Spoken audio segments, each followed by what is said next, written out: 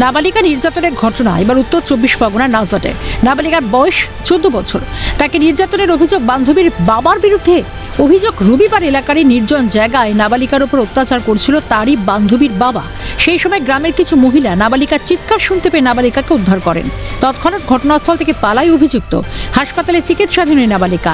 জানা যায়, নাবালিকা আগারাটিতে মামার বাড়িতে থাকতো। মা বাবা কর্মসূত্রে অন্যত্র থাকে। সেই সুযোগকে কাজে লাগিয়ে এমন কাণ্ড ঘটায় অভিযুক্ত। এক নয়, একাধিকবার নাবালিকার সঙ্গে এই ঘটনা ঘটিয়েছে অভিযুক্ত।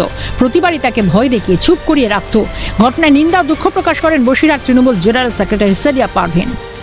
খুবই দুঃখজনক ঘটনা, বলার মতো কোনো ভাষা নেই। আমি প্রে করছি ও তাড়াতাড়ি সুস্থ হয়ে উঠুক। গোটা ঘটনায় তৃণমূলকে নিশানা আইএসএফ এর রাজ্য কমিটির নেতা মোসাক আলী মোল্লার। রাজ্য জুড়ে যত ধর্ষণ খুনের ঘটনা ঘটছে সবই তৃণমূলের নাম জড়িয়েছে। এটা দেখুন, এটা সম্পূর্ণ তৃণমূলের চক্রান্ত। আপনি রাজ্য জুড়ে দেখেন, যেখানেই ধর্ষণ হচ্ছে, যেখানেই খুন হচ্ছে, সেখানেই মার্ডার হচ্ছে, সেখানেই তৃণমূলের নাম জড়াচ্ছে। ঘটনার বিবরণ জানিয়ে নাজার থানায় লিখিত অভিযোগ দায়ের করেছেন নাবালিকার পরিবার। অভিযুক্তকে গ্রেফতার করে পুলিশ। পরবর্তী পদক্ষেপ গ্রহণের আশ্বাস দেন অতিরিক্ত পুলিশ সুপার দুর্বার বন্দ্যোপাধ্যায়।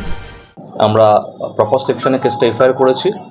আফটার দ্যাট আমরা এই কেসে যে অ্যাকিউজড আছে, অ্যাকিউজকে আজকে আমরা অ্যারেস্ট করেছি এবং অ্যাজ পার এসওপি আমরা নেক্সট ইনভেস্টিগেশন করব।